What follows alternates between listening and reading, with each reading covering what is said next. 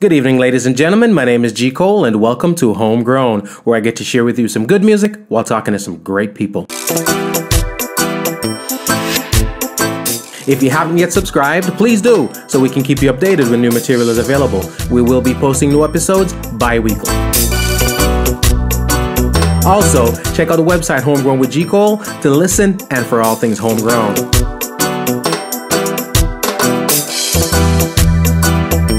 We're also very interactive. Please follow me on Twitter, on Instagram, and on Facebook at MyGCole. Check this one out, all right? Berries. I wanna know, yes, I wanna know now. What can you do to stop a man from trying? I wanna know, said I wanna know now. What can you do to stop a man from trying? Not with that big. Today you're going to hear some music coming to you from Beres Hammond Selects. And this is, of course, from the VP catalog. Beres Hammond Selects, the VP Records 40th anniversary.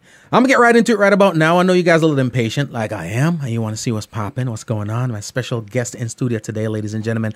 Rarely, and I say rarely do we get a chance to sit down with somebody whose biography captures an era from beginning to present. All right? Sometimes we get a little piece. Front end, back end, whatever, but we, beginning to present. VP Records has been and still is the largest distributor of reggae music in the world. I can be corrected if I'm wrong, but I highly doubt I am. Stemming from the 1950s, coming all the way up. And still, as their tagline states, they are still miles ahead in reggae music. And today's guest is the matriarch and co-founder of VP Records, soon to be best-selling author. I'm putting it out in the air, putting it out in the ether. Miss Pat Chin, welcome. Thank you. Thank you very much, G. Cole, for that introduction. It's shorter than it's supposed to be, but it's my pleasure. Yeah, I'm happy to be here in Florida. Came all the way here to celebrate my birthday, and you got me at the right time. Nice. Happy 21st when it comes. That's tomorrow, right? Tomorrow I celebrate the big one. Big party going on? Big party going on. Showdown? Yes. I know. Get rowdy. Sometimes you got to do that. Right. Got to go up, just have fun, have a blast, create some problems. Make sure you have attorneys with you, security with you, so that, things happen. Yes, but I'm going to have a good day, especially my great-grandson, Gregory, like your name. Great guy. Yes. Great guy. Celebrate his 70th birthday. Congrats. He was born exactly on my birthday, 10 o'clock, 7 years ago. Wow. And what a blessing. Wow. So that was a birthday gift in itself. Definitely. A gift that keeps on every year. Yes, giving. I love it. I love it. Thank you. Well, welcome. Right now, we're just VP, the word VP, the company VP, the catalog VP is monstrous. And like we're saying a little bit off camera, we always see that one piece that we see, but a lot of times we don't know. We don't know the engine. We don't know the locomotive. We don't know what keeps the train chugging. So that's why I want to sit down and talk with you today. Just pick your brain a little bit. Let's start out somewhere around, let's say 1958. Right? Randy's was actually the second. Am I right? Randy's was the second store you actually opened. Well, we had a small store down East Street in Kingston. Mm-hmm. That's where we started. Maybe ran it for about a year, and then we moved at 17 North Parade and create the name Randy's. Mm-hmm. In Jamaica, we're going to the name Randy's Record. Wow. And for those who don't know, why the name Randy's? How did the name Randy's come about? Well, it came about, the name Randy's came about. My husband used to listen to a radio station in Tennessee, and one of the person in charge was Randy. So I guess he loved that name. He loved jazz. Right. And he just patterned that name, and it just stuck on him. Wow. And the name Randy's just was his pet name, and eventually I gave my second son the name Randy because we loved it so much. So the name Randy's is near and dear. Yes. Now VP, Vincent, Pat Chin, but before we dive into Pat, talk to me a little bit about Vincent, the man himself, and his love and connection for the music. How did that itself, reggae music that is, his connection, how did that come about in your eyes? Well, I should bring you back over 60 years then. We got time. When I met my husband, you know, My father really wanted me to be work in the bank, but eventually I met my husband, and we fell in love. And at that time, he was working with a jukebox company down Harbor Street. And we had these old reject records. Those are old-time 45 records. And starting business, we just wanted something to do to generate some income. So I don't know if it's me suggested or he suggested, let's sell the records, the old records. So we bought them out from the company. And there we started at E Street to selling used record. Didn't have a name, just selling them. Right. And we were surprised to see how much people liked the old records, because the American records were not available again in stores. Right. So they treasure the old records. So those records weren't necessarily reggae records. No, we didn't have a culture named reggae music at then. It's just American record, R&B. Top 40. R&B, Sam Cooke, The Drifters, Benny King, Right. name it. Right. Little Richards. Right. We didn't have American record. We didn't have Jamaican record at that time. Gotcha. Wow.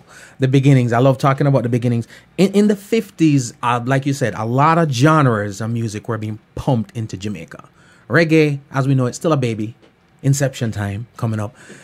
How did it's obvious you love the music, but how did your love affair with this new baby, this reggae music come about? Was it more through your husband, or was there some affinity that you had with reggae coming up while we're even sitting here today?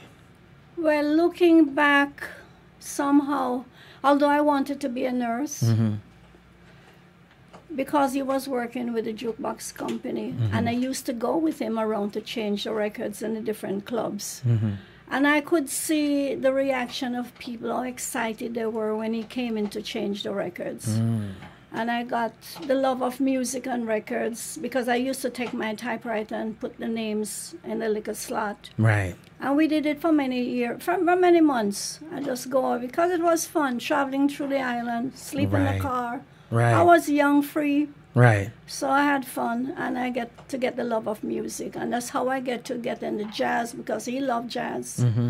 And all the popular music that coming out of America. It seems as if all the American records were the only ones we had, you know. So I get to learn the music, and I get to learn who is a singer.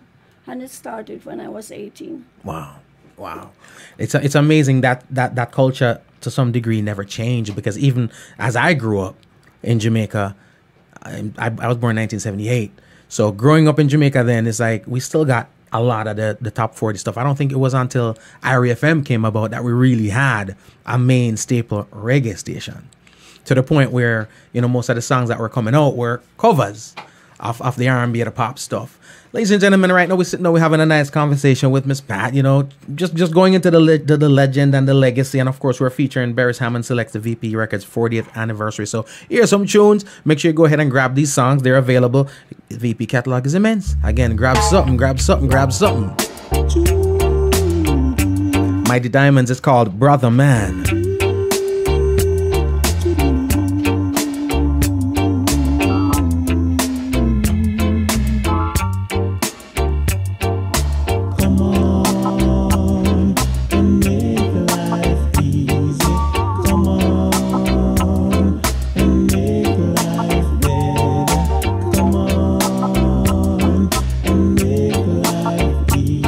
The album's called Past the Knowledge.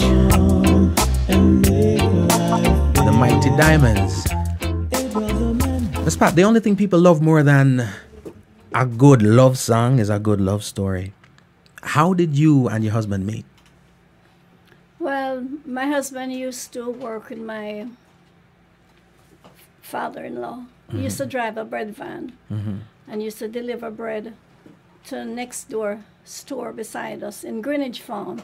Greenwich Farm at that time, I didn't realize how much artists was living in Greenwich Farm, especially Bunny Lee, that he knew me from I was maybe 18, 19. Wow. And as I go along talking to other singers, I realized Greenwich Farm really put out a lot of singers and producers. looking back. But that's how we met. And because I didn't want any norm, I guess from I was growing up, I didn't like the norm. When I did dressmaking, I want to make it very pretty. I didn't want just an ordinary dress. I wanted tucks and frills and everything. Right. And then my dad wanted me to work in the bank, but the bank was not for me. Right. I wanted something out of the ordinary. So when I met my husband, he was very interesting because he was a bad boy. Maybe that's why I was attracted to him. Got a little rebel in you. So that's part of my love story. No, everybody's gonna want to be a rebel. Everybody. I love it. I love it. I love it. Now, you as in VP, you're the hub, Randy's I should say at that point, for not just music production, but you ended up distribution also. So you dealt with everyone from the artists to producers to musicians, sound systems, radio. Take me back a little bit into that time. This is the genesis, if you will, of this, not reggae music, but reggae music business. Give me an insight into the daily happenings in and around Randy's in Kingston. What was a typical day like for you guys? Well, I should tell you that when I started my first store at 17 Odd Parade, it was 10 by 10 space. We rented it in a restaurant. When 3 people came in, it was full. Wow. And then we extended it. We bought a building, we bought the restaurant, we bought next door building, and we put up a studio. Because there was a lot of record store around. You know, Prince Buster, Joe Gibbs, Right. Drew Creed, Coxon, many stores around that area. But what happened that they only sell their product. Gotcha. So when I opened my store, I'm saying, well, when the people comes in, they have to go to 6, 7, 8, 9 stores to buy what they want. Why don't I open a one-stop distribution? And I convinced them to sell me their product, put on a cent or two and sell it a little more to make a profit. And that's how a distribution came about. Gotcha. Also, I can remember the small producers. They had to go around to the homes and the different places to sell their record. So I also convinced them to leave their records here, show them how to write a consignment note. Whenever they come back, I would check it off, whatever is sold, and I would pay you, and I return the rest. And that brought me even back to Chris Blackwell. Wow. When Bob Marley record used to come out first, Chris Blackwell came to give me Bob Marley's record to sell on consignment too. Wow. So I go way back when, from 1958.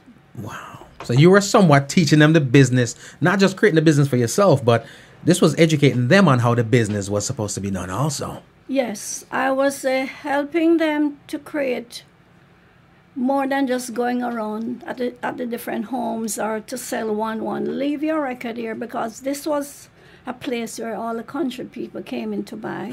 Sound system. Everybody came at my store to buy. And my friend Roy can tell you, I asked my friend Roy, why do you think we were so successful? And there had 7, 8, 9, 10 stores around me. Some in front, Charlie's right in front with his little cart. Right. Joe Gibbs, everybody up the lane. Because I stocked every record. I stocked everybody's record, good, bad, and indifferent, because somebody's going to want it. And I make it my duty to learn the rhythm, the songs, the producer, who sing it, what rhythm it came off. I was an encyclopedia because I had to know everybody. If 100 records come out for the week, I have to know all of them. Wow. In order to sell my customer, I have to be on the edge of everything when it comes to music. And I had a counter about 20 feet long, and I was on the counter for 20 years selling. Wow. So I know all the producers, I know the singers, I know all the customers. Right at 17 North Parade, they call it Igler's Rest. It was a place where everybody would gather to meet someone or to listen what's new or just to congregate, listen to good music. So it was a really, really nice time. So all the artists and producers came right there. Everybody was right to literally there. idle and listen to music. Yeah, listen music and meet their friends and buy music and talk about music, who is hot and what's coming out. Wow. And because of the studio was upstairs, whenever they want a backup singer, they would just run down. Delroy Wilson was there, anybody was there. Come upstairs, Wow. come and give, backup singer Just there. from hanging on the corner. Just hanging out right there. Everything was right there. Wow. It was like a advertising agency, but with music. Wow. So that's the only time in history that hanging out on the corner paid off. Yes, of course. And of course, you have everybody selling fruits, vegetables, Right. and roast fish and cornbread. That's how Lee Perry make his record, roast fish and cornbread. Wow. And the Congos.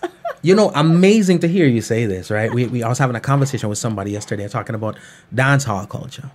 And the fact that many times people think that it's just the distributor, it's just the producer, it's just the artist that thrives from this. But like you said, it's the same thing now. You have the con man, the jerk chicken man, the soup man Everybody. outside. Back then the dressmaker, Everything. the retail stores now. So it contributes to the entire economy. So to make sure it's going to protect the dance hall as a culture, it's definitely viable for everybody. Amazing to hear you say that, because to me, I'm looking for the visuals and you take me back there. Again, if Roy had mentioned Idler's Rest, I guess that's Idler's Rest. It was a legitimate address. Listen. So when some people would go into the ghetto to get certain musicians, Idler's Rest. Meet me at Idler's Rest. Wow. Yes, the And then name was that's why there. they get work. That's Idler's Rest. Take them to the studio. Boop. He's the one there at Idler's Rest. Like we said, the only time in history idling on the corner was probably Pat could give us some of the names of some of the people. Yeah, talk to me about some of the people who were out there on Idler's Rest. Idling. Good idling. Good idling. Good idling. Well, we know Delroy Wilson well. We know the Diamonds. We know Peter Tosh. We know Bob Marley. We know, so many Garnet Silk. Wow. So much of the artists. I knew them from they were just like 16, 17. Augustus Pablo. Wow. So Idler's Rest is such an integral part of reggae culture, reggae history, Jamaica music culture, music history that a lot of people didn't know about until today. Idler's Rest. Yep. Trust me, we need an Idler's Rest museum. It would be Coming up soon. Coming up soon. When am I today?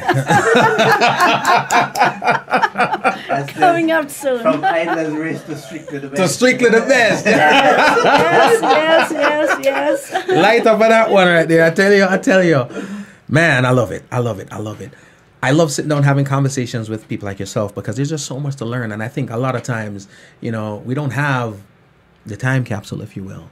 So it's just a pleasure to sit down with you. It would be, like I mentioned, about 19 years before you'd actually move the store to New York. Talking about like 1977 thereabout. Yes. So exactly 1 year and 1 month before I was born. Yes, I realized that because you said about 1978. I hope it wasn't because you heard rumblings that I was about to come into the world and I decided I'm out of here. But, nonetheless, still love it. Why did you move Randy's to New York? Well, we were going through a lot of political unrest. And it was a big decision for us because we're there 20 years. We love the area, we love the people, we love everything that we did. But we thought it was a good move for us because the children were... Chris was 17, which is my first son. And then we had Clive, my stepson. And then Randy, he was 14 and my daughter was 12. So we decided to make the move. Right. We had been, I've been traveling before because my brother-in-law, which is Victor Chin, which is Vincent's brother, we used to ship him records to sell in New York. Gotcha. So we were familiar. So when we came to New York in 1977 and really settled down, we couldn't use the name Randy's because he was Chin Randy's already. Oh. So we had to find a new name. So getting them in school, vaccinated and everything like that, when you go to a new country, there's so much things you have to go through. And school, where to live, where to set up shop. We didn't even have a name. When we were going to register the business, we didn't have a name. Wow. So the first thing came to our mind, why don't you give it Vincent and Pat? Vincent was my husband's first name. Right. And Patricia was my first name. So we just put it together, VNP, and we put records beside it. Wow. So that's where the name VP Records came about. Nice. And you started where, in Queens? Yeah, we started in Queens, on an area named Jamaica. Jamaica, Queens. Because my How husband, ironic. my husband said, this is the place we wanted because it reminded him of Jamaica so much. So Right. that's where we started business. And we never left. 40 years, over 40 years now. We're still located. Same block, but as I said, we started exactly how we started in Jamaica. Right. A small store. Right. We were only paying like $350 a month. And it was like a little bigger than 10 by 10 because it had a basement. And we started that with one van.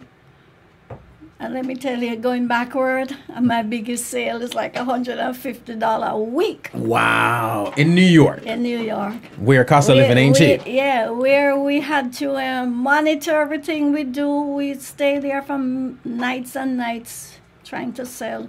There was a few record store there, I would say. My brother-in-law, Chin Randy's, Brad's, Moody's, quite a few.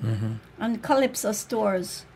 But, and about 3-4 American company that sell reggae music. Right, They didn't right. sell the type that we were bringing up. Right. We were bringing up the dancehall and all the different genre, the roots. They weren't But familiar with that. No, they were bringing up English records. Oh. Like Steel Pulse. Yeah.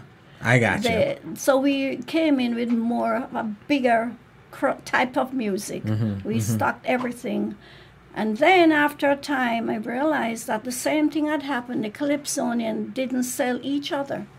So I went and dived in Calypso record now, soca. Right. I didn't understand it at first. Right. Till I eventually catch on. Right.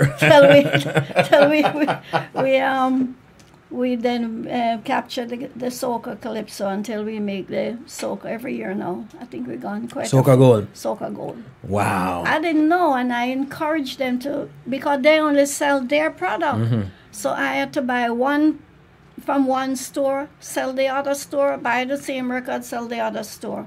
So I was the middleman. So you cross-pollinate, and they could have done that themselves. Yeah, and they didn't do it because they're competing with each other. But for me, there's not. I'm selling everybody record because music is music. When I'm saying music is a mission, not a competition, Yes, huh? right. We just sell everybody's record. So that's how we get to capture the market. Wow.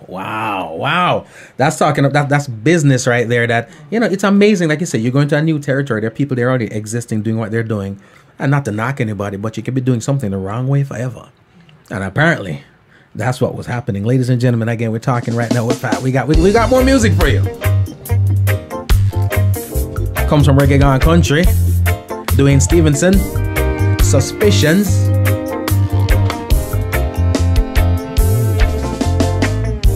I'm so glad that I So y'all move. met you, baby. And I'm so proud That's restricted. when I walk down the street. I know my it's first crazy This one? to worry like I do, Different artists Story on all one- about that on one. one vinyl. but I get this feeling that I'm losing you. I get this suspicion. The genesis of the Even though I compilation. know Yeah, that you different love artists. me, The baby, genesis of the and I really compilation. shouldn't feel this way. So you say this is the birth of Strictly the Best right here. Miss, just go ahead. I'm soaking it all in. I'm gonna look at the camera and see what's going on here. But talk to me about this one right here. Well, back home in Jamaica, 50 years ago, there were a lot of dancehall DJ music coming out. But I decided I go to all the different producers, said, you have a hit, you have a hit, you have a hit. Why don't we put it on one record, one LP, and then we would split the money for all of you. And that's how it came about. Because we did not have producers putting their own songs with other producers. So I went to them and I did called, and said, "Come on, man, let's put it together so that everybody can benefit from it. Right. You have a hit and you have a hit, you put them together in one." Yeah. And that's how the first LP developed. Wow. Strictly the best. Yeah, Strictly the Best. I guess I can assume why you decided to call it Strictly the Best. Yes. Because it's consistent. Strictly the best. Yes. Wow. So this was the first LP I made. And I also have another one, which is Whole It of the Past.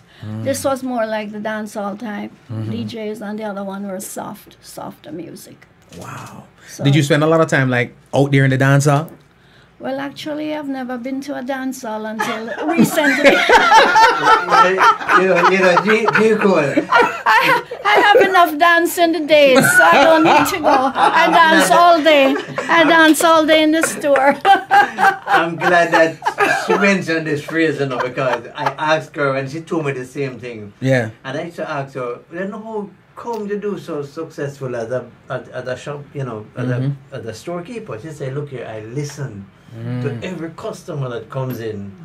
And if they ask for it 2 or 3 times, the next time they come, they're going to get it. So it's by listening." Wow. Wow. I love it. I love it. I love it. So when you're a young lady running, you're not going into the dance hall, but no, you're out and bad. Just out in the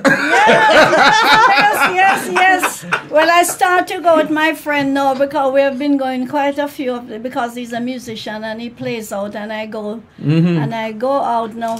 Yeah, I got quite a few, and I really, really love the dancing, because I could see the different movements in the dances, especially dancehall.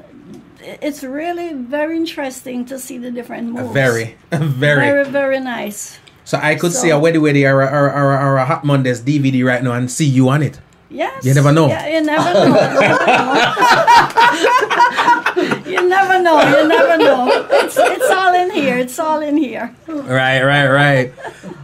Talk to me about some of the when you started the label, because you went from the store sales to the distribution, like official distribution, and then ultimately VP the label. Because we got VP Records, the retail store, and then we have VP the label. And you started signing artists. Whose idea was it to actually get into the business and actually started signing artists? Well, I should say about 18 years ago, we decided, it was being, something, when I look back, at one time we could not import records out of Jamaica anymore, The government had clamped down that we could not buy. So what I did to sell the music, I borrowed their stamper, which is the metal part. Right. And I check off the labels. If I wanted 500 of this, 200 of that, 1,000 of this, I would check the labels, and I would take it up in my suitcase and press the records in America, bring back the stamper, and pay them. But Mrs. Pagina easy, man. I had to find innovation at its finest. I had to find ways and means to sustain my culture and to get the artists their money back. How would they sell their product? Wow. I had to do other things to do that. As a matter of fact, when I migrated to America and the trailer came up, and the man, the custom officer said, "Why are you going with so much food, lady? So we don't have a famine here." I said, "But we don't have any money to buy the food." So I carry up everything in tin milk, oil, rice, everything. and I also pack the trailer with music. Right. They couldn't stop me. Wow. So, I love it. It's a long time. I love it. You remember the first artist you actually signed to VP Records? I think it's Beanie Man. Beanie Man's the first one? Yes, I think so. Because we were, at one time when we came up, we thought roots music would do it. Because, they knew Bob Marley. And they only knew Bob Marley. They didn't know anybody else. I said, "You don't know Burning Spear?" Yes, I know. No. You don't know Lee Perry? No. You don't know, you don't know only Bob Marley, and there's very few. So I said, when we couldn't get the records out, we started to sign it and then produce the record in America. Gotcha. And why we had so much labels, that's Roy can tell you. We had about 15 different types of labels. So when I was speaking to an American person, he said, "Oh, what a great, brilliant idea." Because GM have all different types of vehicles, same GM, but they have to make sure that they have different names. Yep. So I had about 15 different labels because I didn't want them to know that the same company, the bang. But I would, you know, all the different labels we have, right? Wow. So I have to, you know, think of different ideas coming up to run a business. Innovation. Yep. Before automation. Yes. Wow, it's a lot of thinking going on here. And then it was an exciting time at North Parade because the studio, I could see where the young singers had the opportunity, but they didn't have the money to rent the studio. So what I did is give them the studio time, help them to go press the record. They'll bring back the record to me and I would sell it and pay them. So like a stepping stone for them, you know, because the other studios were so expensive. So having the studio right in Kingston, they would do everything there. Wow, And one-stop shop, literally. Yes, and then we get it pressed. Wow. So that's how the distribution came about. Wow. Wow. It's amazing to sit down and listen to this stuff because, again, you know, you think you know, but you don't know until you know. Reggae Gold is another successful series, right? And you already had Strictly the Best. What was the difference? Why did you end up coming up with Reggae Gold in addition to Strictly the Best? Well, Reggae Gold, we're trying to create different markets. So I think the Strictly the Best was the dancehall type, and Reggae Gold was the more singing one. Gotcha. And we had two different. So we tried to capture the different, because some people would want a lot of dancehall, while others want the softer one. So the softer one. And then we had two volumes at the same time. So we put the softer tune and then the dancehall or the heavier tune on the other one. Wow. So be creative. Wow. I dig that. But as I told you before, I didn't like anything ordinary. I'm always thinking of new outside things, of outside the box, always thinking of new ideas. Because customer tells you a lot if you listen to If you know. listen. If you Problems listen, we don't 'cause oftentimes listen. because when we started the Strictly Best and Reggae Gold, we had to do a research. So I would pick radio DJ like you. I would go England, find out what they like best. I go to the islands, find out what they like best. Florida, find out Jamaica, and get the best radio DJs and let them pick. Then we would have about 50 songs. Then from that 50 songs, we would narrow it down that when a DJ picks up a LP, there got to be something that he contribute to that LP. And that's so smart. we really take the resource from the people like you themselves. Wow. What do they like best? Wow, that's amazing. That's amazing.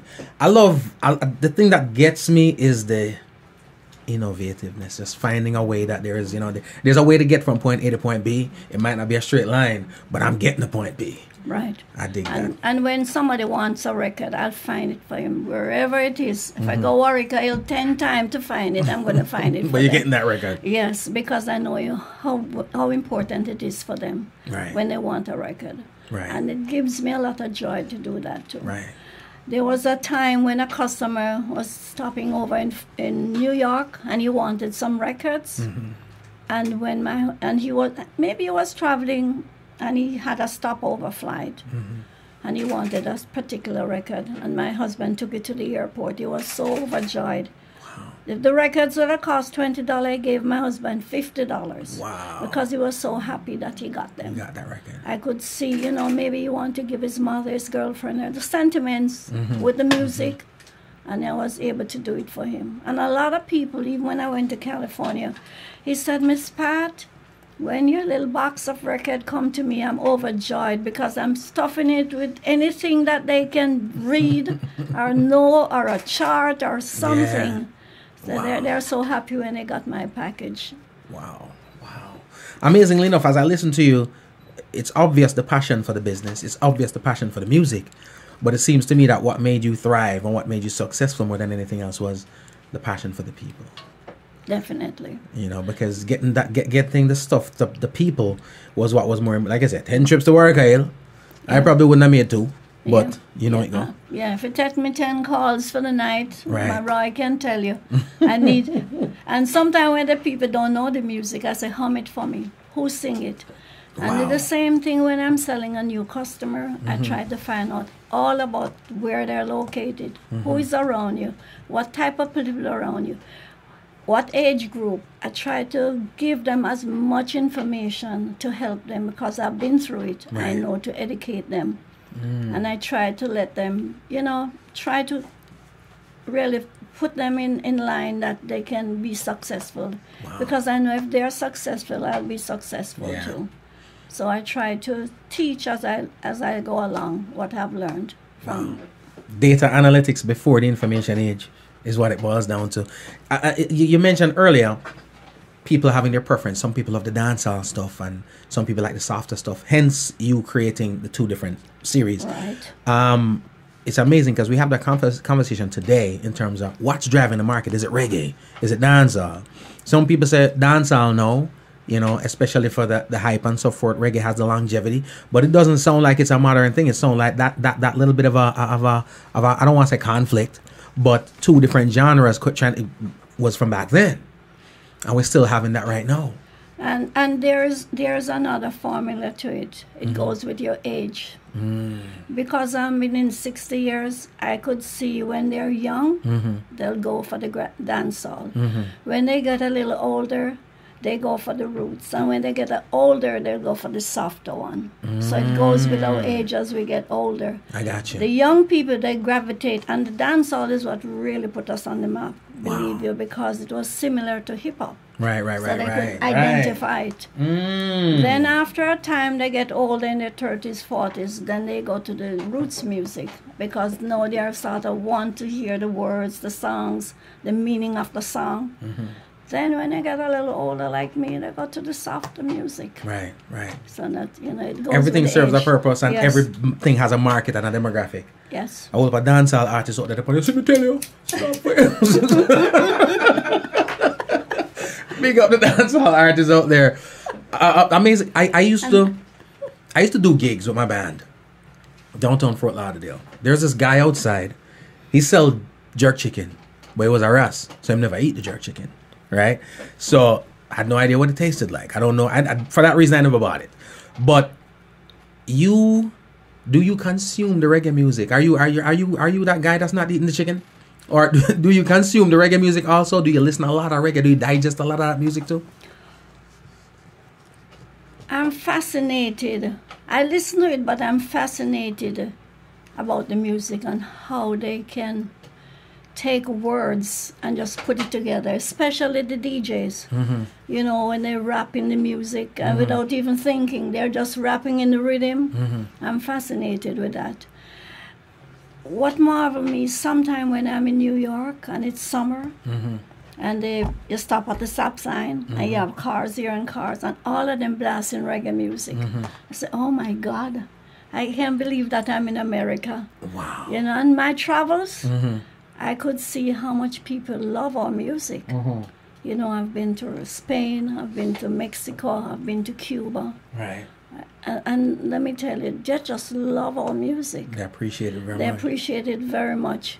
And let me tell you, they really study more than us. Because when I went to Cuba, and when you hear the talk about Bob Marley, they talk about his looks, his hair, the songs, the message in the song, his culture, everything. Right.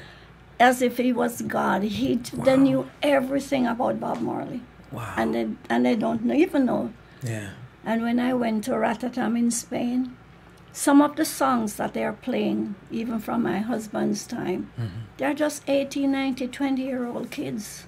Wow. And they're going way back and listen to these music. That's why music never dies. Right. Because when you hear a music for the first time, although it's 50 years old, the sweetness is there still. Yeah. Yeah. It never dies. And it brings you right back to that place every time. Right back. I'm pretty surprised, and I'm willing to bet you most people listening to us right now pretty surprised. Miss Pat, it won't sound to me like you're a dancehall fan, you know. When it sounds to me like at the end of the day, you know, the reggae is there, you know, but it sounds like it's dancehall is your thing. Well, I literally was born and grew up in a dancehall, you know. So Yeah. my attitude to the dancehall is quite different from a lot of people who just Right. look at it from a distance. Because they're seeing genre, you're seeing dancehall as the place. And But the, I'm and the thing. also seeing where my mother actually operated a business. You Mm-hmm. know, the jukebox, the bar, the customers, the actual the financing of my family was From the dancehall. A dance. It was a dancehall. So your appreciation of it is real. It's inside, yeah. Mm. And that's how she sent out all of her children to school. Yeah. She sent all of her sisters and brothers' children also. She took care of the entire Off of the family. dancehall. Pat remind me of my mother. Yeah. How she took charge of her family. Yeah, yeah. Coming to town from the country. Wow. And operating the first dance space on Olympic Way. You know, rough neighborhood, right? Right. The real dance. Wow. I so appreciate hearing, because it's a conversation that's endless. You know, it happens every single day. And I think because we want to appreciate, call it what it is. We want to appreciate what we want to appreciate, and we want to not appreciate what we don't want to appreciate for whatever reasons. Yeah. But the thing that you said that is so profound, and I think it is instrumental for people to understand, is that timing thing that you said, where when you're younger, you're into this. As you grow, and I find myself going through that a lot too, where my appreciation is not that I don't appreciate the dancehall stuff right about now, but my critique comes from a dollars and cents standpoint. Where's my $9.99 going? And right now I'm more inclined to go get the reggae music. And like you said, in a couple of years from now, when I pass a little threshold, I'm gonna go for the softer, as you say. But everything serves its purpose, and everything is very, very relevant. I really enjoy when I go to the dances party. Or the movement of the dancehall. It's very exciting. Right. And it just give you emotion and how they feel with the songs. Right. It's really enlightening. Yeah. And as I said, whenever they might go in the dances for whatever reason, maybe they don't feel well, they come out, they feel much better. Yeah. They Therapeutic. feel- they're Well, therapeutic. it does serve also a sociological function, because I remember that a young woman who was, you know, virile and all that, that's how she actually, you know, meet a partner and so Right. on. So it plays a sociological role in the society also.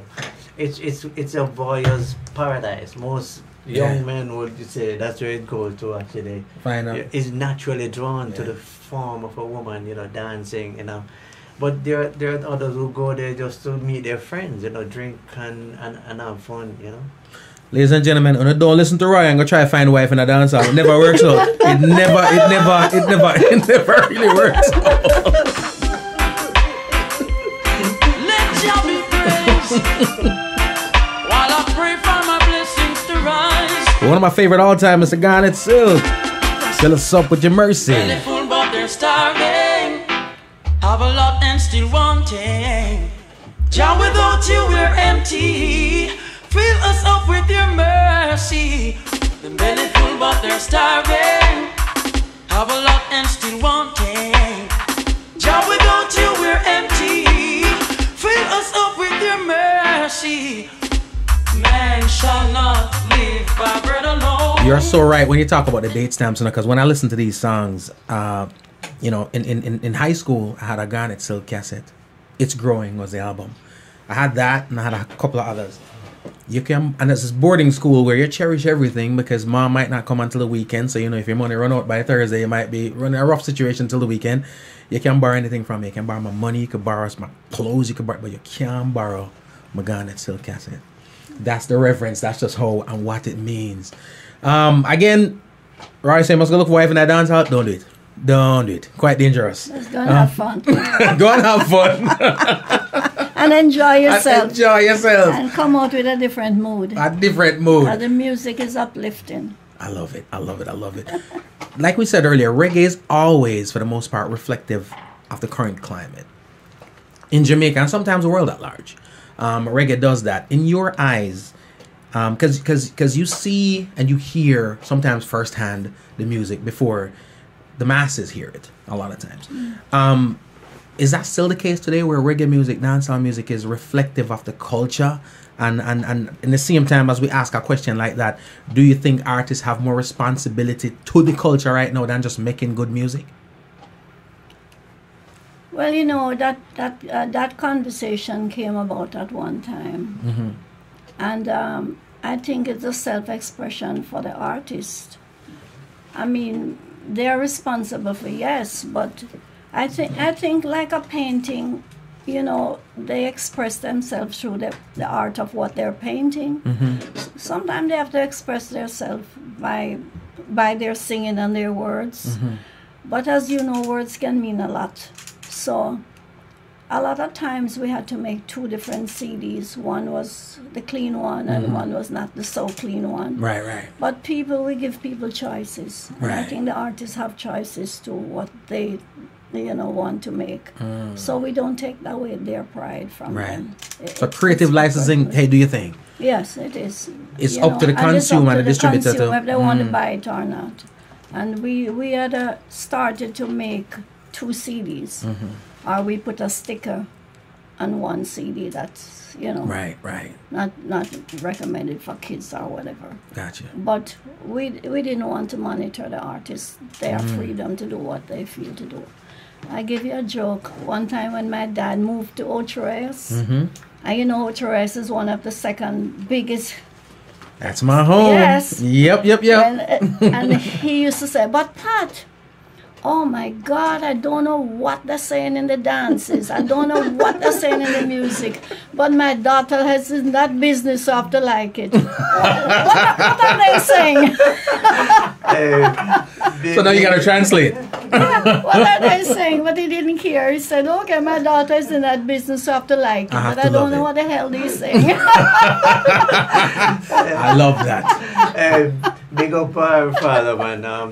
Salsa Williams, you know. Big up. That's the other side of our family, you know. That we know about the Chinese side, but Salsa Williams was the Indian side of our family, our dad, you know. So big up, pops. Big up. I love that though, and I'll tell you this: if the world at large, if more parents took that approach, we'd be in a good place. We can't always come back to what's going on because we don't understand.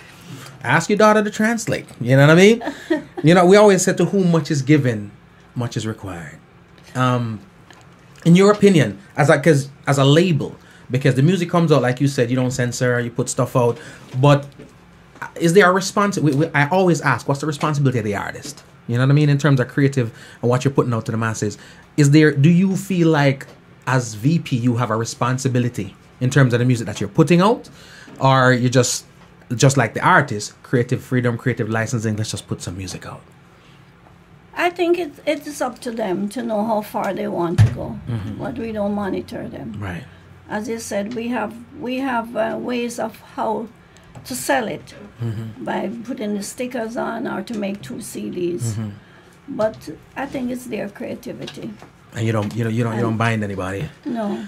I appreciate that, and I dig that a lot, because I always feel like there's not always good or bad. Sometimes people look at whatever you don't consume as derogatory, when truth be told, it might just be not age appropriate. You know what I mean? Right. Who says alcohol, which it kind of is bad, but it's just not for a certain age group. Right. You know, so I feel like it's the same thing with the music, and it's why I ask you that is a lot of times, just like we talk about our evolution as human beings, and at some point we listen to this, at some point we listen to that, a lot of times when we mature, we act like we didn't listen to that last year. You know what I mean? And that was never, never consumed that. But I think that's what it is with the music, is sometimes we just have to realize, maybe it's just not for you. Doesn't mean bad, just not for you. And I love that. A few reggae record labels and distributors have come and gone. Not everybody stood the test of time, despite putting out great music, because some of them did put out great music. What is it in your eyes about VP Records that has allowed you to stand the test of time? Well, I would say for over 60 years we have been in the business. It's our culture. We embrace our culture. I know sometimes you put out 10 records and 1 hit and 9 hit, but we have to be there for the artists, for the culture, to develop new singers. And it's our culture. Right. And whether you make money or not, yes, we have to have money to pay our bills. But the other part of it is because we love our culture. Right. And that's what we have been doing for many years. You know, whether it makes money, plenty money, little money, no money. Right. It's an investment that we contribute over the years to develop new artists, give their talent and their time, and make good music for the consumers, and to give back to our charities. And we have been doing a lot for giving back, you know. I love that. And, you know, we talk artists because longevity is key. And I feel like, and you can correct me if I'm wrong, the record business, the immediate gratification is normally not there. Sometimes if you're investing in an artist, you may not see real returns till way down the road. But a lot of times, the relationship may not last as long. So sometimes you have an artist that you've poured an investment into, and the returns don't come until they're elsewhere. You know, so there's a lot, the business side of it can get.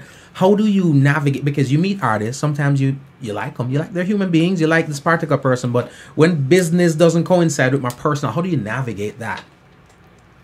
Well, we can't please everyone. We try. Sometimes we make the first, second, third LP didn't sell.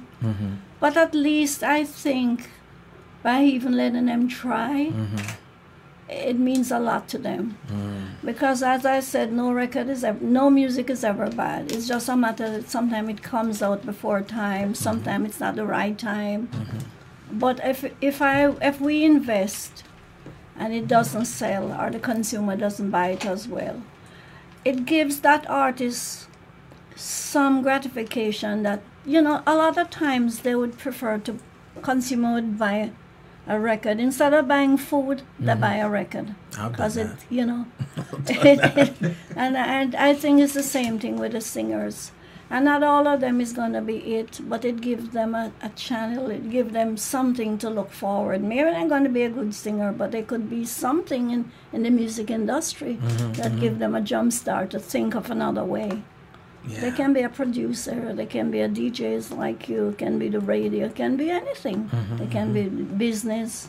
It's all in the form of music. Right. But you're still in the same environment, the passion's there. It's just one different side of the fence, or one different side of the microphone, I should say. Yes, and I love where the music is going, because I've seen third and fourth generation is doing the same thing, but in a different way. A lot of the artists, they have their children doing the same thing, but in a different form. Maybe a producer, a musician. Right.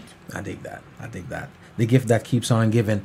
The music business, as does music itself, continues to evolve. And oftentimes that's where we see the dissolution. Sometimes some business is not surviving. As we said, a lot of record labels have not made it. But the evolution is one thing that's constant. The only thing constant is change.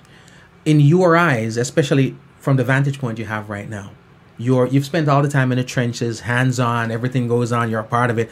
I'm sure right now you do probably get the opportunity sometimes to sit back from maybe the overseer standpoint and see what's going on. How do you feel that VP has handled the evolution over the years?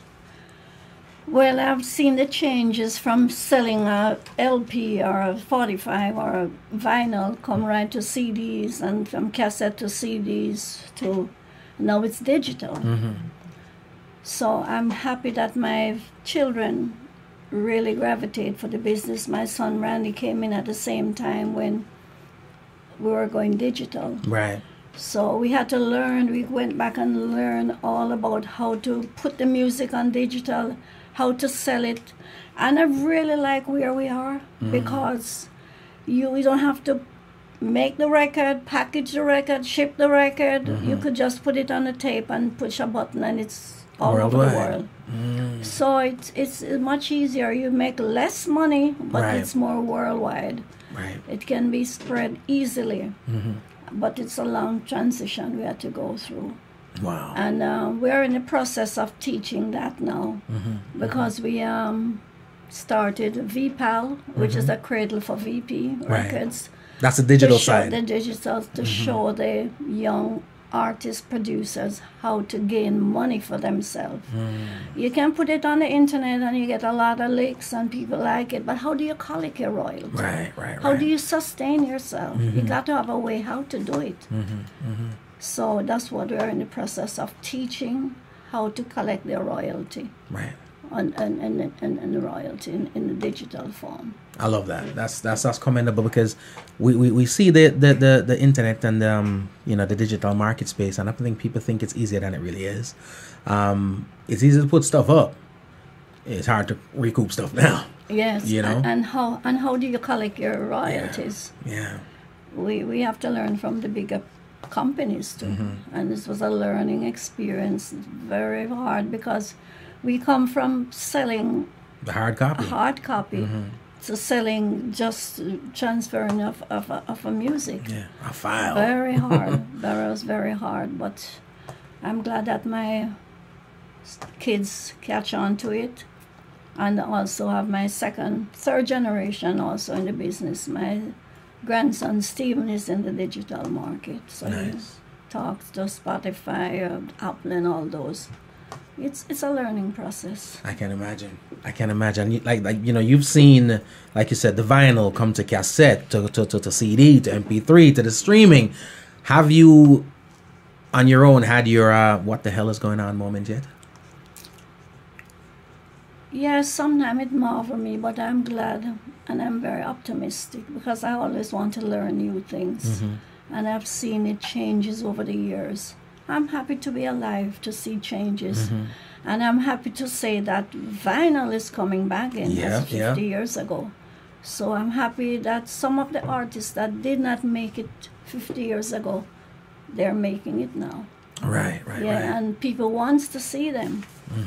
They want not only to hear them, they want to see the artists. Right. So there's more opportunity for everyone. And even the ones that are no longer with us, it's like they're children.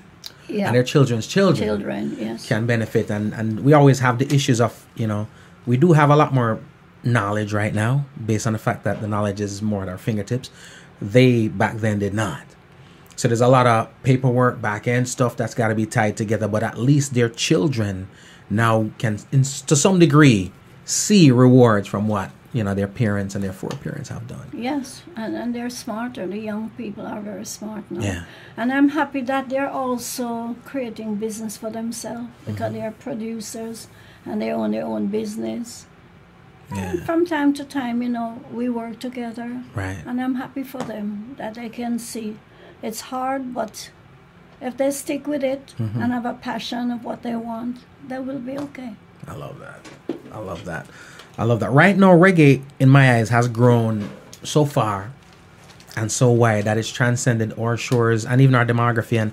And there are very many successful reggae artists that have never been to Jamaica. They haven't seen the shores of Jamaica, and they're not even necessarily viewing the reggae music as borrowing from the culture. It's just, we're just making music out here. So as a result of that, the conversation then comes up, are we losing reggae to foreigners? How do you feel about that conversation? From your vantage point, is that a concern at all? Competition is always good, because it helps us to see that we need to do better. I mean, we're original, and we are happy that we're original, but being original means that we have to study more, we have to do more. Right. We have to learn how to talk, how to dress, how to do an interview, and how to be punctual. If you bring up an artist and it's that time they're supposed to show up, they need to show up. So we have a lot to go. We have a lot to learn too as we go along. But we'll make it, because competition is always good. You always want to do better. Right. And you always strive to do the best. But there's a lot of things that goes with it too. Right. We have to be disciplined. We have to, know. I love that. The thing is, there's a lot of producers, there's a lot of musicians, there's a lot of artists that watch the program. So I always try to get some form of information, some form of knowledge for them, because, we always, people talk, and majority of talk is idle talk.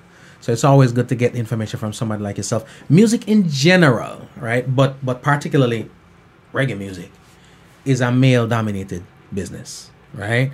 But I see a lot of women having success right now, artist wise, and I kind of feel like you are an inspiration. I think ladies are taking the lead in many avenues outside of even the artistry. How has your experience being across the gender line, not only a woman in the business, but to some degree, in my eyes, that is, the woman in the business? Talk to me about, being a lady in reggae music. Well, back home, I never thought about being a woman and doing a man's job.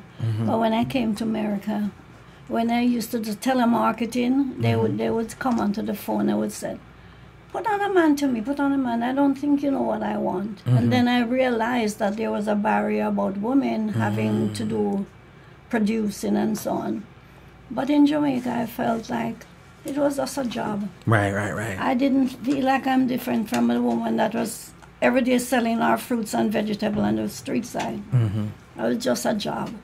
But when I came to America, I realized that it was a man's world I was in. But back home, I didn't. And I should praise my husband because he allowed me to do what I wanted to do. He was all, everywhere with the artists. But I stayed in the store and I learned and I talked to the producers, the singers, and do what I never classed myself as a man's job I'm doing. Just doing the job. Because there's so much Jamaican woman that does everything. They look after the kids, they work, and they still survive. So I would say to any woman out there, if they want to do anything, they can do it. Wow. They don't have to need any special one that women can do. Right. And it was a little... it set me down a little when he said that I couldn't sell the music because I didn't know what they want. But I've already spent 20 years on the counter. There's not a record that they could hum or words in a song that I couldn't find for them. Wow. And somebody just told me, Downbeat, the ruler, he was giving me a little story, which I didn't even remember. He said to me, one day he wanted a particular record because he was playing out. It was a big competition. And he walked from Crossroad right down and nobody knew that song. And he came to my store and I said, hum it for me. And it was a version of a Garnet Silk and nobody knew it. Wow. Because it didn't have any name. We scratch off the names because the sound system and want to be the first to play. Right. So they always scratch it off. And I was the only one who knew it. Wow. And he said he have never forgot that incident. So don't bleed. Win the clash that night because of you. Don't beat. Cash a check, baby. he said, don't tell anybody the name. Don't tell anybody the name. So unbeknownst to you, you're actually a selector too. We need to add selector to your title. Ladies and gentlemen, we're chopping it up. Check this one out. Nice.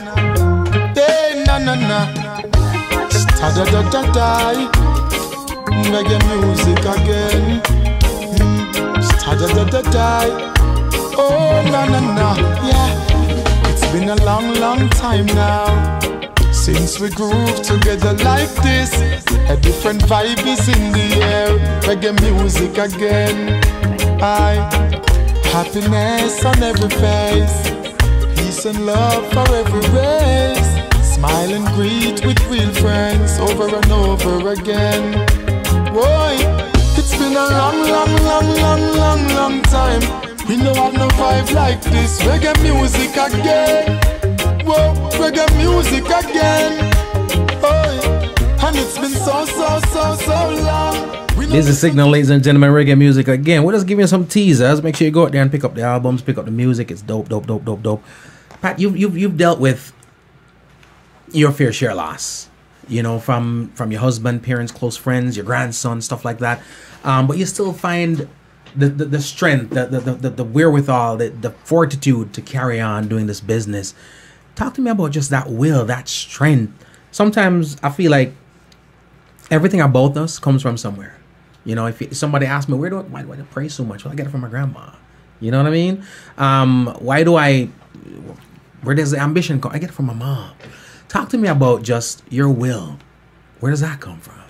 Well, I would reflect back from my parents. My father is Indian and my mother is Chinese.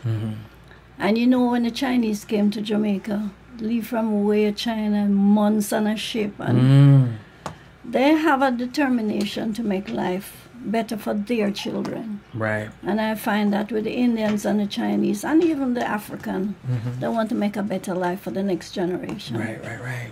So when they came, they couldn't talk English, but they set up a little Chinese shop in a rural area because they wanted to do a service. And when they came in, they couldn't speak English, and the Jamaican couldn't understand them either. How do they sell and how do they credit? I think it's amazing. I'm thinking about it right now. They write a piece of paper. I'm trying to think. I'm thinking about it right now. They write a piece of paper, stick it on a piece of nail, and a week time or 2 weeks time when they come to pay, they find the paper. Right. So it was face. They recognize them from their face. Wow. And then they grew up like that, the service, and that's how even the sound system came about. The shop is where everybody hung out. And that's where the politician would keep their meeting. And going back to my dad was big in politics when I was growing up. And he would have trucks. And you know the trucks have these sides. And he would put down the sides, put the sound system on the truck. And that's how people know where the next meeting would be. They would park it at the different areas, and then the music would play and the DJ would, come on. That's how the people come around to hear the politician talk. Wow. Wow. we had to survive some way or another, and that was the starting of... Our dad, Salsa William, was one of our first investors in IRFM. Yes. In Ocho-West. In Ocho-West. Really? He saw the value of it. Sometimes it's just vision. They say sight is one thing, vision is another. Being able to see doesn't mean you have vision, boy. I tell you that much. Because the music hold the people, so the politicians come out and talk what they want to say. Right. But the music is what bring the people together. Right. To stand up and listen. Wow. So that's where it all started, and that's why I'm thinking about. All the DJs would go and just sing, just DJing the music. That's how it comes about, the DJs. They were just talking. Right. Sometimes they talk about politics, sometimes. And the song is, I don't know if you remember that politics is in the songs too. Yeah. Our music can be very political. Yep. Anything happening, they sing it. You had one party here and one party here. And, they sing against each other. Yeah. Political song clash. Yeah. Wow. It is a war of words. War of words.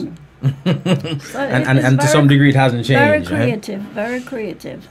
I love that though. I love that. It's our culture, and like we said, the dance hall, reggae music, it speaks the language of the people. Because from my vantage point, the dance hall was where we went for the news, because radio was controlled. There's certain things you're not hear on the radio. And so you go to the dance hall to hear that stuff. And the reggae also reflected the climate, what was going on. So for the most part, whomever wasn't going to be able to tune into JBC have to go wait till a sound cassette they come from point A to point B to know what's going on. Actually, reggae didn't play on the radio, When we started with ska and rocksteady. Right. They didn't play them because they said they weren't good music. Right. I guess the same thing with hip-hop. But the people is the one that really drive the music to say, yes, it is good music. Gotta play what the people want. Because I remember Bunny Lee was telling me some of his incident to play his record in the night. And my husband was the same, because when he made Independent Jamaica, We'll Be Lovers, they didn't play them on the radio. But when we got independent in 1964, that's the time we started to sell the music. Gotcha. Bunny said he used to take off the label and put on his label. And while they're thinking they're playing another label, it's Bunny's record playing. Trick them. So you want money and subscribe to the same theory? I like it. And then my husband had to go after 12 o'clock when the big bosses weren't there to get a record play. You know, so they had to do a lot of things to really, you know, subsidize to the Jamaican music. It was hard at first. I can imagine. Because they say it's not good music. Nobody want to hear those trash. Right. Eventually the people. People want to trash. Yeah. Yeah, bring that thing up. No, your children are heavily involved, like you mentioned, and your grandchildren, some of, in the production and promotion side of VP, the digital side, and so forth. A lot of that's done by them. Now, how involved are you still in the actual operations? Well, I'm part out and part in, but I still listen to music all the while and talk to people in the music business, because I can give them ideas that they don't know, because I'm always listening to people and hear what people are saying. Wow. I went to Spain and I saw Janine, and I said, Chris, I saw a beautiful lady. That's how Janine came to sign with us. Wow. And I should say we have about 7, 8 women on our genre now that we have signed. Nice. Etana. My grandson was telling me about Etana when he met her in Jamaica. And he would play our songs. Oh my God, and we become great friends. You know, and every now and then we talk. And so you keep doing what you're doing, keep doing it. And he said, she and admire me, because I tell her, you know, don't worry about. She told me when she started to sing first. And she would go on a stage show. And I would keep put her back. Not your time now, not your time now. She was supposed to go on to sing. Right. And eventually sometimes she didn't even get to sing because it wasn't her time now. Right. And that's how I guess now I'm happy that they're coming in not only with a song and their voice, but they're doing extra. Right. In full package. In the package, yes, they are. They're very unique, and I'm so happy Right. that women are really going out there and showcase their talent. Right. And I'm happy for them. Wow. Keep doing it. Big up the ladies. I love it. I've done shows where it's just ladies all night. And I'm not even talking about the regular names, the Atanas and so forth. I'm talking about even the young crop artists right now. I'm doing it well. I always wonder, being, again, in the trenches as long as you are, hands-on as you are, because you've seen every angle, every facet of the business, the family business. Is it ever a struggle, or was it a struggle to step back and say, you know what, you guys do this? Was it a struggle at all? Yes, it is. After you're doing it so long, and sometimes you see mistakes, or not mistakes really, but you could do it a different way. Because I've gone through that before. But I have to step back and say, well, they have to do it their own way. I usually get a little upset when my granddaughter put out some of the CDs with the pictures, and I say, isn't that a little too showing too much skin? But who am I to say? That's a new generation. I'm 80 years old. Who am I going to tell a 30-year-old, 20-year-old that's too out too there? Risque about now? But they're doing it, so I allow them, because I want them to develop their own talent and their own, you know. I understand. I'm not in their bag anymore, so I have to step back and allow them. And they're doing good so far. I like it. And the age, the digital age, I mean, what they're doing, I couldn't do that. Right. Although I've had to learn to text and email in order to talk to my grandkids. In order to talk with them, I had to learn. You got a new communication method. Yes, so I love learning. That's my hobby. I love to learn new things. I never stop learning. Well, so they're not watching right now, and I'm gonna block them. Don't worry about it.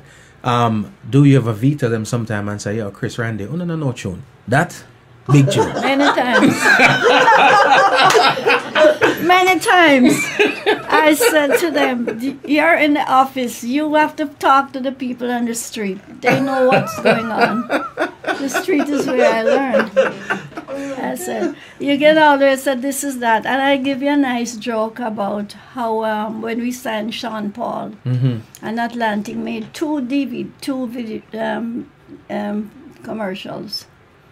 Video, and they want us to decide which one to put out first. Do you know who told us which one to put on first? This 12-year-old girl. Wow. Christina. Wow. Said, Daddy, put this one out. Yeah. And it was the one get busy. So, you know, they all allowed us to make the choice. Yeah. And who we talk with, the kids. You gotta. They're the ears that's dialed in. Wow. But even that in itself is a talent, knowing what resources to employ. In this case, a 12-year-old. Yeah. Wow. You don't know a tune like you don't know a tune. Although I step back, I'm still my ears are still in the street. Wow. Because I'm still listening and talking to people. And I think even now that I have the time, I listen even more now. Wow. Because I know everything. Although I'm not in there every day, I still know what's going on. Because some things I can tell them and they don't know. So that's why I'm still convinced that there's some DVDs out there, Weddy and Dirty Fridays, and you're on them. I'm a firm believer, ladies and gentlemen. One more night, business signal. Girl, another try, just one blind.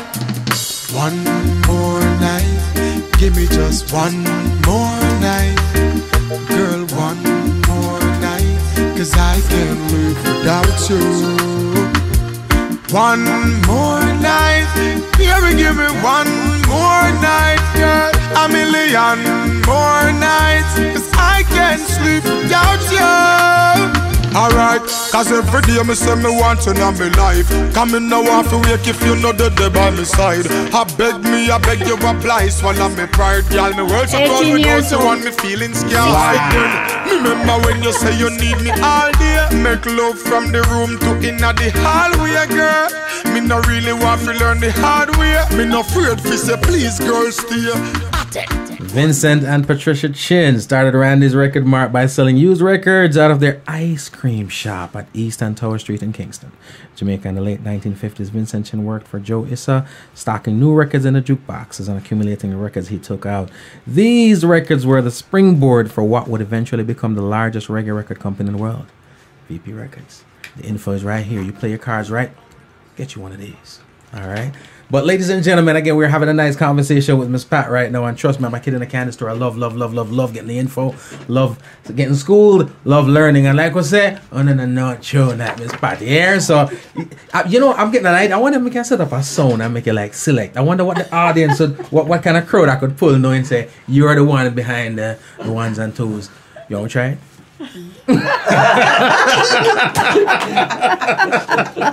I'm down. It's a G-Cool challenge. I'm just saying. No, the business itself, like we always say, it's ever changing. The brick and mortar institutions to some degree are fading. You opened, in Florida, you're in New York, Japan, if I'm not mistaken, South Africa, Brazil. The research shows, and of course Kingston, UK affiliates and stuff like those. Are you still eyeing growth in terms of, or is the digital marketplace reason for concern when it comes to brick and mortar growth?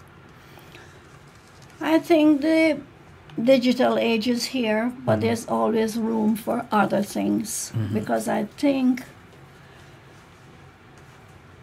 people used to hear the singer and not see them. Right. So there's a big market for performance now. A lot of big things can happen if we're disciplined to really go in that direction. Right. If, for example, if you book an event, they need to make sure that they come on time. They come off the stage when it's time to come off the stage. Right. That's a problem too. They can't be carrying 20 people with them when it's not going to make any money for nobody. Right. You have to work it as a business.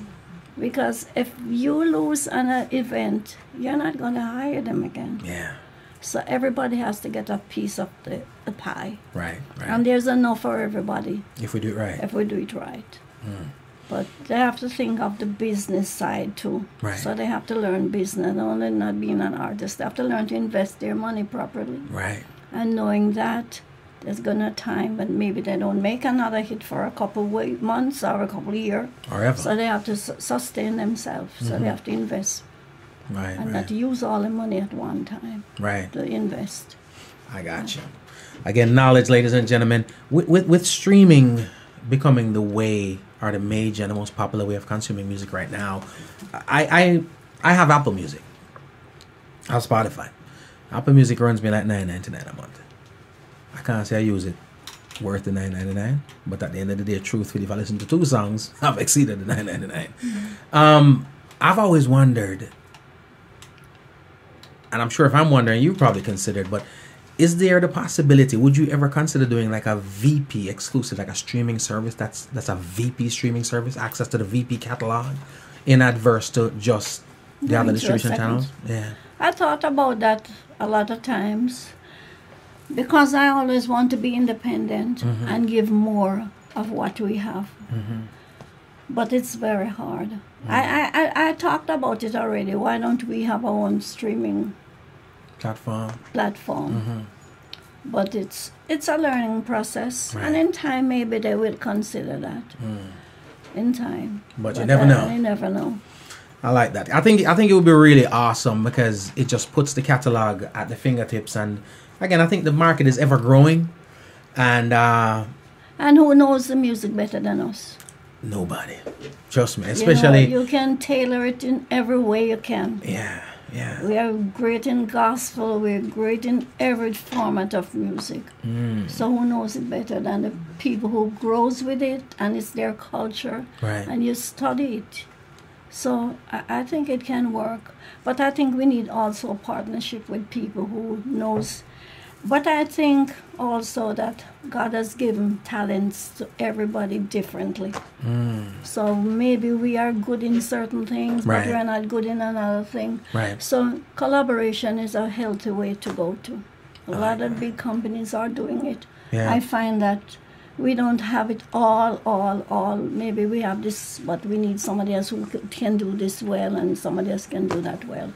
So collaboration and partnership is good. I like that. We also have seen growth in some cases. Again, we go back to evolution of the genre. We're talking about, like you mentioned earlier, lovers rock, mento, rocksteady, ska, bluebeat, reggae, dancehall.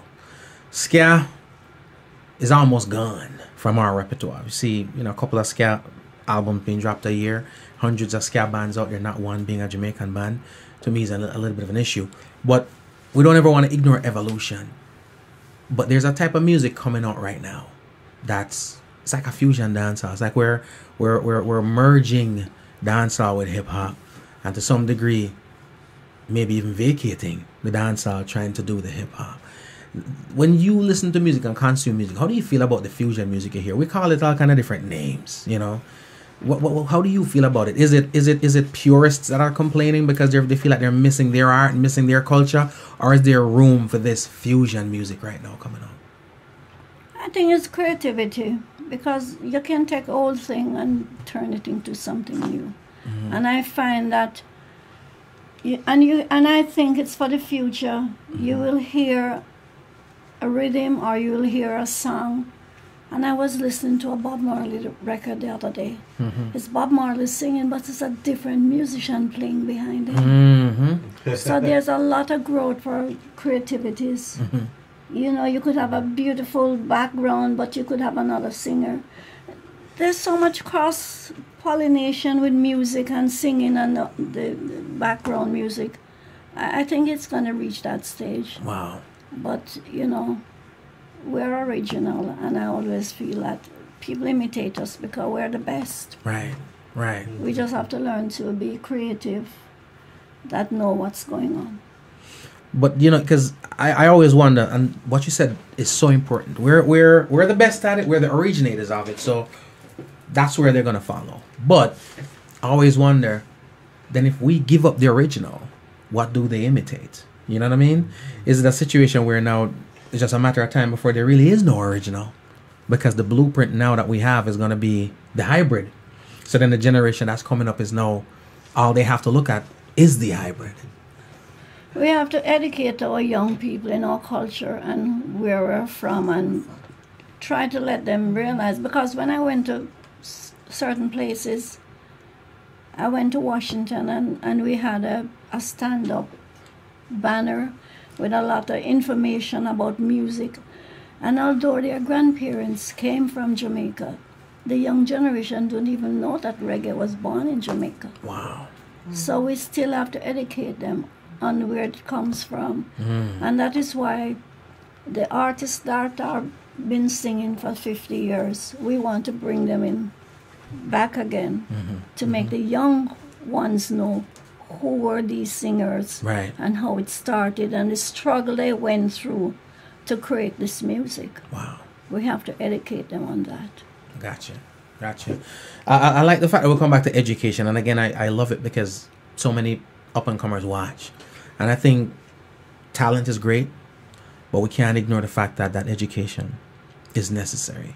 Doesn't necessarily mean formal education. It's just passing and sharing of knowledge.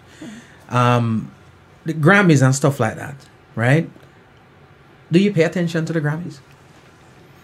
Yeah, we have to pay attention because it's sad that is only certain names are of there here. And my son Randy, he did register and a part of the selections and so on. Now, if we're not in it, then how are we going to Right. to be a part of it? We have to be in it to know how to do it. Right. And some time ago, we had sent the forms around for people to enroll, but hardly anybody enrolled Right. from Jamaica. So we don't it's enroll, but we complain. Yes, we have to be in it to know it. Yeah. We have to study how it's done. It's education to know how to. Because Lovan bears so much LPs he has. And has never. And he has never been, because people don't know. Yeah. So there's a lot more we have to teach and tell people how precious we are with our music.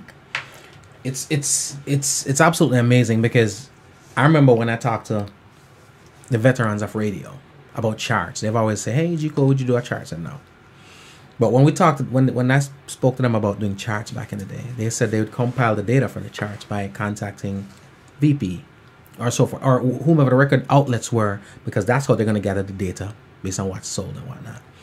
And I'd presume that being the champion, the leader in the sphere of reggae music, that somehow, some way they would, refer to you too, but apparently not. No, last year, I got a lot of music, and I'm listening to a lot of music. 3 of the top albums to me that came out for that year were VP releases. One was Alba Rosie's Unbreakable. The other one was the King Jammys presents Dennis Brown. And then the other one was Never Ending. And amazingly enough, neither of the 3. So it kind of shocks me that there's that nobody resorts to the leaders to find out. Maybe if we speak about it a little bit more. We can get involved all we want. I'm going to register. I'm in the process of registering to be a voter of the Grammys. But at the end of the day, it's a popularity contest. We can't ignore that. And it's the bigger names and the popular names. And, like they said, you get 150 records to listen to. You're not going to listen to 150 albums. You go for the familiar. But I do think that it would be important for them to have VP as a resource, so to speak. We talk about Barry Hammond, just mentioned the legend. The one album that was Grammy nominated, Music is Life, brilliant body of work. And then he released Never Ending last year. Talk to me about that album. How do you feel about that album? I think it's a very good album, but as I said, everything takes time. We have to take time to learn our digital work. We have to take time when the music changes. We have to take time.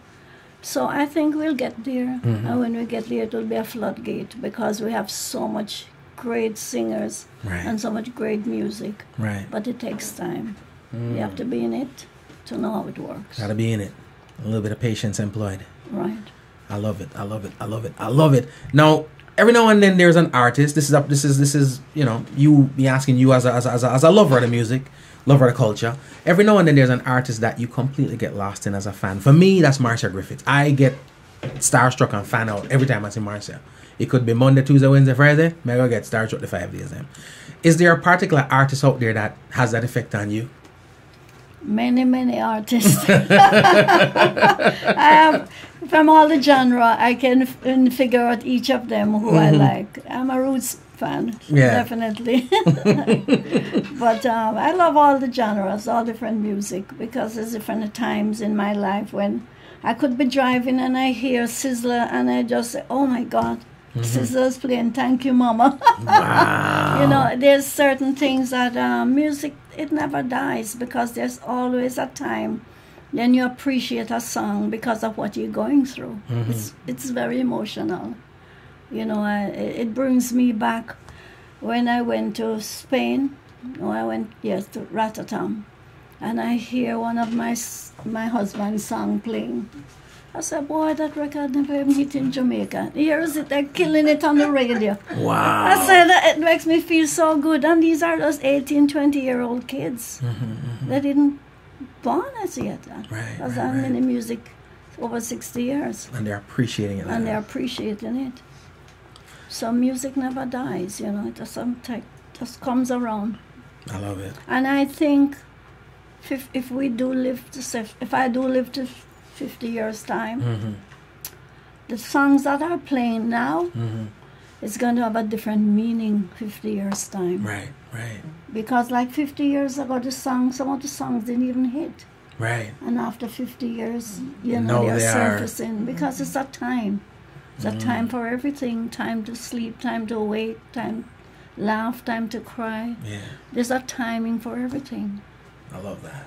That's profound. As some of the stuff you say is so profound. And I'm looking at the picture of a young Patchin. And it's still, I'm still kind of connected that say a real rebel, you know. Because it don't look... Because you can't tell by looking here. But I can just imagine a Sizzler come on the radio and bow, bow. It just...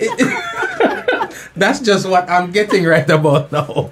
I love it. I love it. I love it. VP is the family business, Yes. right? And we talk business a lot because, again, you have to.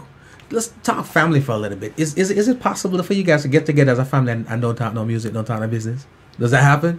We try not to do, but somehow it music will get in. Somehow, some way, Yes, it shall come up. Because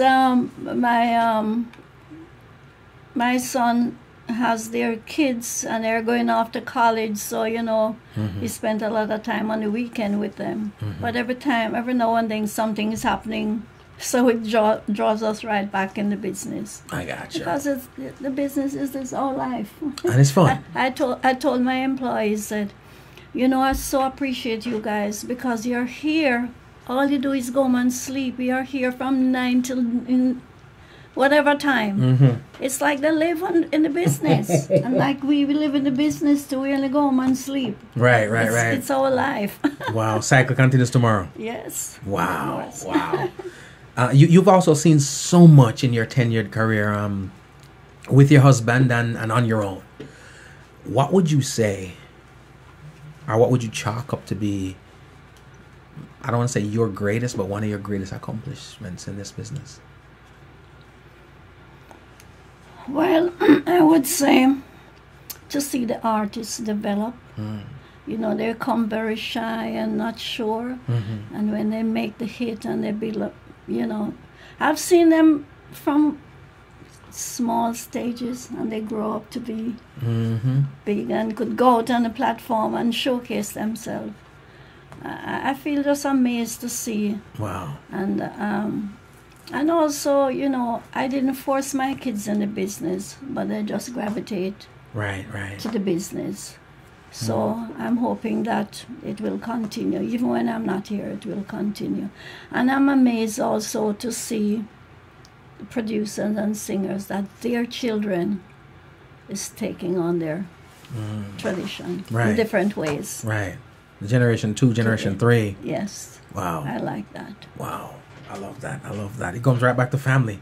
You know, the business, the family intertwined. And people might think it's such a big, huge thing, but in the music business, everybody knows everybody.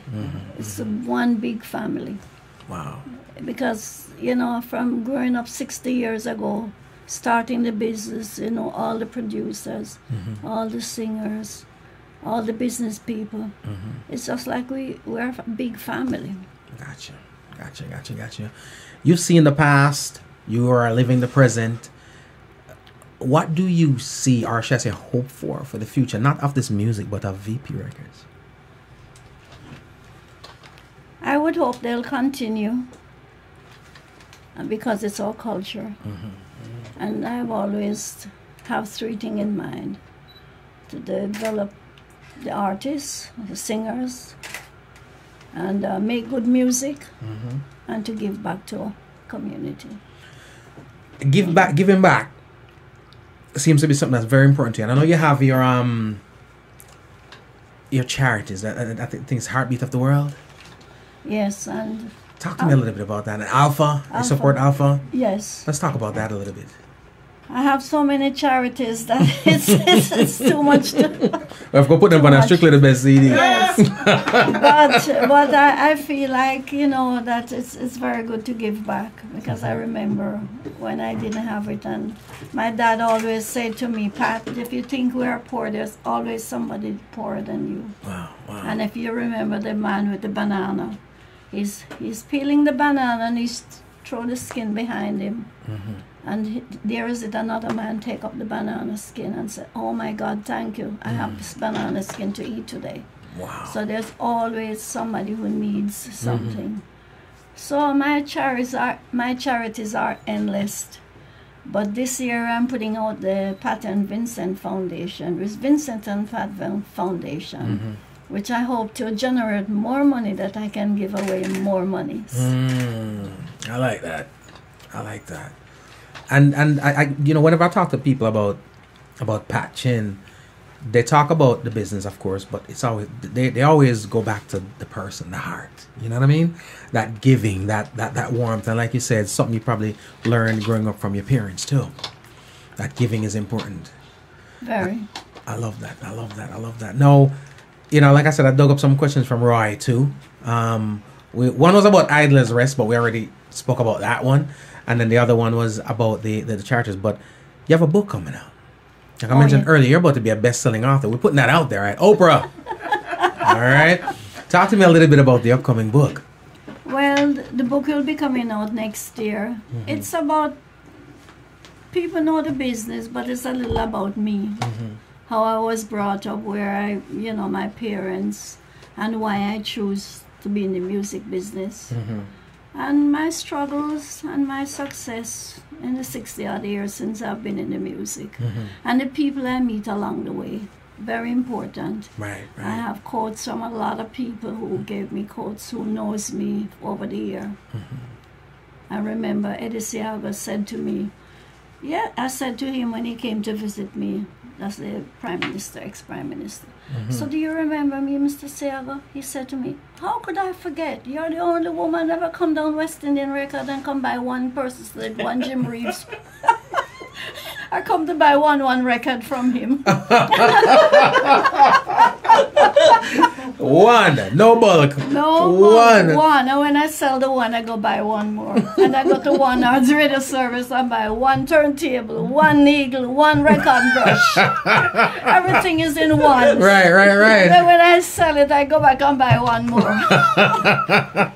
That's business savvy right there. You will not catch me with an overload of inventory. I like it. And you said the booking's coming out next year. Yes. It's going to be one of those nice for the coffee table kind of a vibe. Yeah, coffee table, a lot of pictures, and most important, the people I meet along the way, you know. This music business is very interesting, not only the business, but just the people. People you meet along the way and the struggle they have. And, you know, to see, especially when they used to leave their records, and like they leave 25 records and maybe only 5 sell, I could see how disappointed they are. But after I started to encourage them, a lot of them didn't make it. But thank God the cycle is coming around, and most of the records that didn't sell during that time, they have a shine on them now. People want the unusual records and the hard to get records. So we are now seeking out all those people to give them an award or to acknowledge them. And there's quite a few of them. Wow. I love that. Now, I always, when the artists come in, I know when your artists come in the building, and I talk to your artists, and I always try to get dates. It is what it is. I mean, so when the thing will come out, give me a specific date, no? And can we hold you to that? And they always say, I'd love to, but at the end of the day, VP, we have to talk to VP. So you are VP, so we can hold you to the book thing for next year thing? Yes, definitely. Okay. Definitely. So we're holding you to it? Yes, of course. I hope it'll be a very interesting book to people who wants to know me, not as a business person, but who I am. Wow. I'm sure there's a lot of people, and I can't wait. I'm not even gonna lie. I cannot wait to sit down and read that book. I'm sure it's gonna be a good, bring the family together by the coffee table. We can drink some, you know what I mean, and read the thing.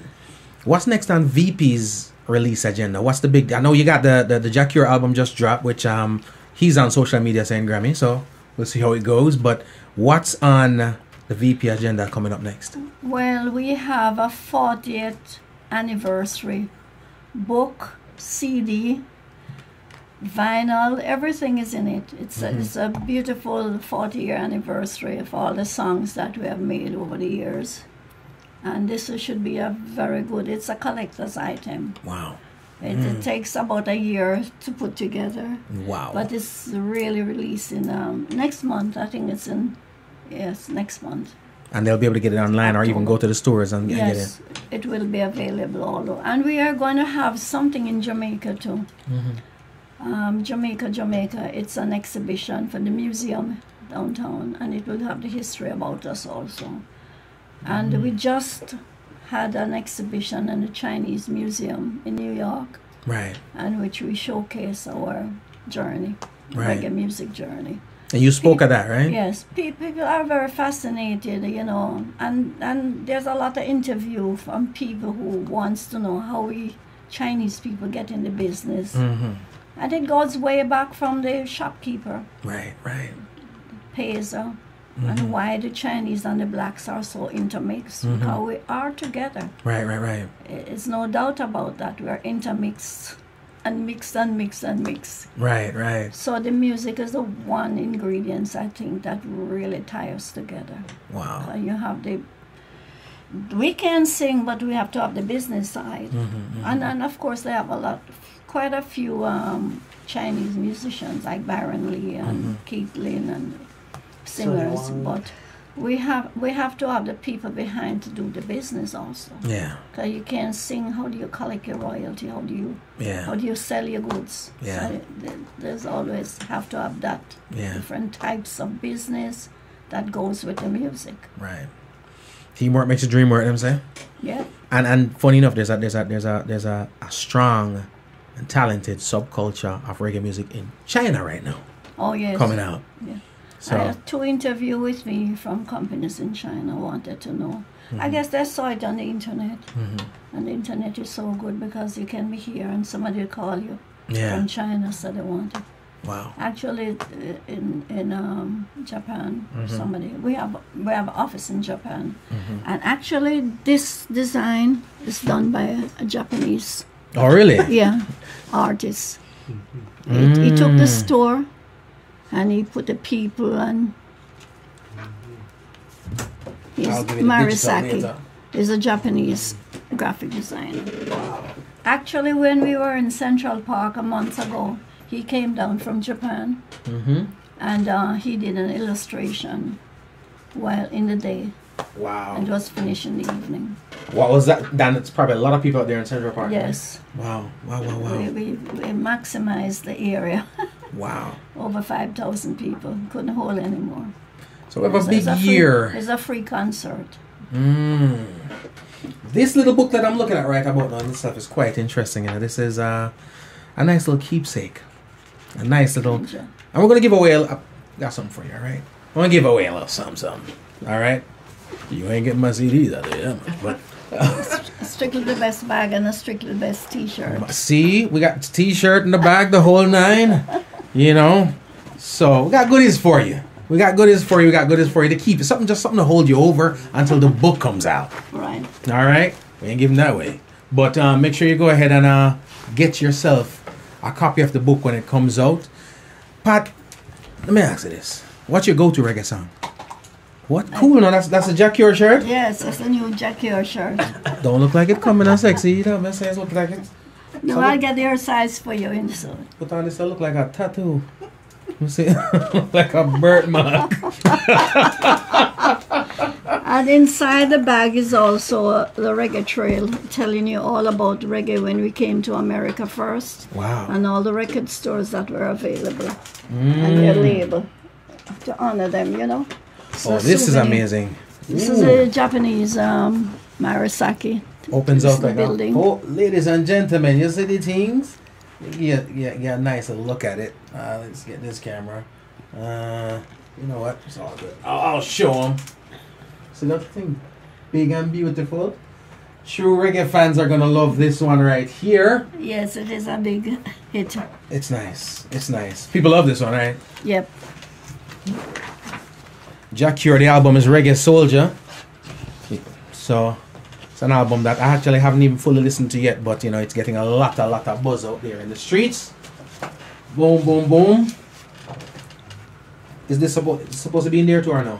I think so. Yeah? I don't want to stay in them, I don't want to tell me revenue. Because you do it all the time. Alright, so we have goodies. We got goodies. Pat came bearing gifts, bearing, sharing knowledge and the whole nine with us. So we'll let you know how you can win. Just go in my, go in my inbox and just the first two people that type in Pat Chin gets them. Stipulations. If you're not in the continental US, I don't know. Like Muta said, I don't know. I just don't know how you're going to get it. But we'll figure something out, all right? But ladies and gentlemen, just go ahead and make sure you're supporting the music. I sit on here every day and I talk music, I talk culture, because this is us. This is what we got. This is what we bring to the table. Make sure you go out there and support the culture. I put these lighters up, burn fire every single day and say, yeah, the thing mad, the thing mad, the thing mad. And we all say we love it, but we have to go out there and support. You know what I mean? In one way, shape, or form. If it's you're streaming, stream the thing.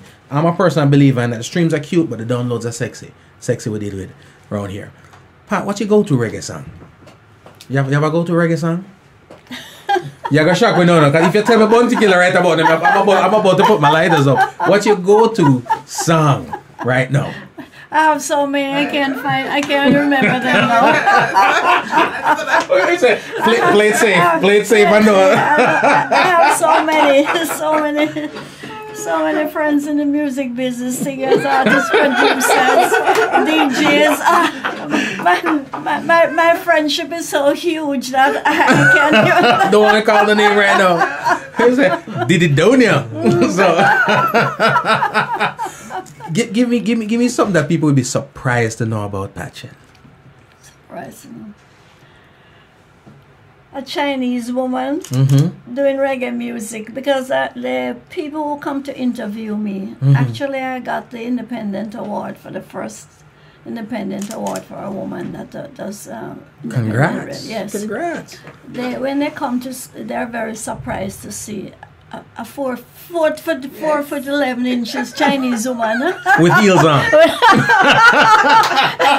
That's with heels on, right? doing it's behind the reggae music. Wow. They're very startled.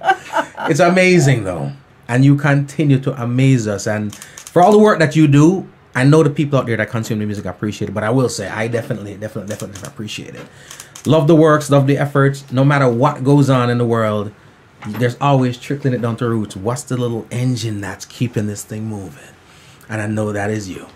I know the family's proud of you. I know, the matriarch, you keep it going. And I tell Chris and Randy, say, oh, no, Sean. You know what I mean? I dig it. Drop some words of advice, if you can, for particularly young, aspiring music entrepreneurs, people who want to be the next, not the next big artist, but somebody who wants to be the next Pat Chin or the next Vincent Chin. Some words of advice. Just work hard. Know what you want to do. Never stop, and don't let anyone tell you can't do it. Just do what you do. Do it with a passion. Have a focus, and just do it. And just start where you are. Don't wait to be big at first. God didn't make the world in one day. It takes 7 days. Wow. We have to work it, have patience, know that it is for you. You will get it. have a passion and a goal in what you have in mind. And most of all, don't be afraid to ask questions. A lot of good people out there will give you advice. Wow. And circulate your friends with positive people. Anybody's going to put you down. You don't need that. You don't need that. Just circle yourself with good people, positive people. And don't let them tell you that you can't do it. Yes, you can do it. Just keep pushing, work hard, have a goal, and focus. Love that. Couldn't close out any better way, ladies and gentlemen. And when it's all said and done, it's a grueling business. It's trying. It is what it is, as is anything else. But it is a grueling business. If you decided to hang it up tomorrow and go do triathlons or whatever, go whatever. What do you want your legacy to be? Your legacy, not VP, but Pat's legacy. Well, I would say that I'm a good mother and a good person. And I make a difference in somebody's life, if it's even one person. Wow. I love that.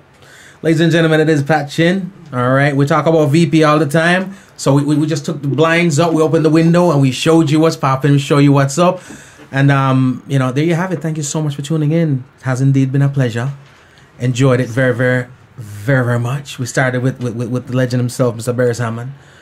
Probably think we should give him another Beres. Okay. And I just want to congratulate G. Cole and all the DJs out there, all the fans, all my customer, all the producers, all the singers, nameless, for your contribution to a great, great music. Thank you. We're being loved all over the world. We have a great, great our music, our food, our sports. We're a God-blessed country. So keep going on. I love that. Tiny country in the Western Hemisphere, West Indies, Jamaica, and we're doing it. Music. Okay. I hope I did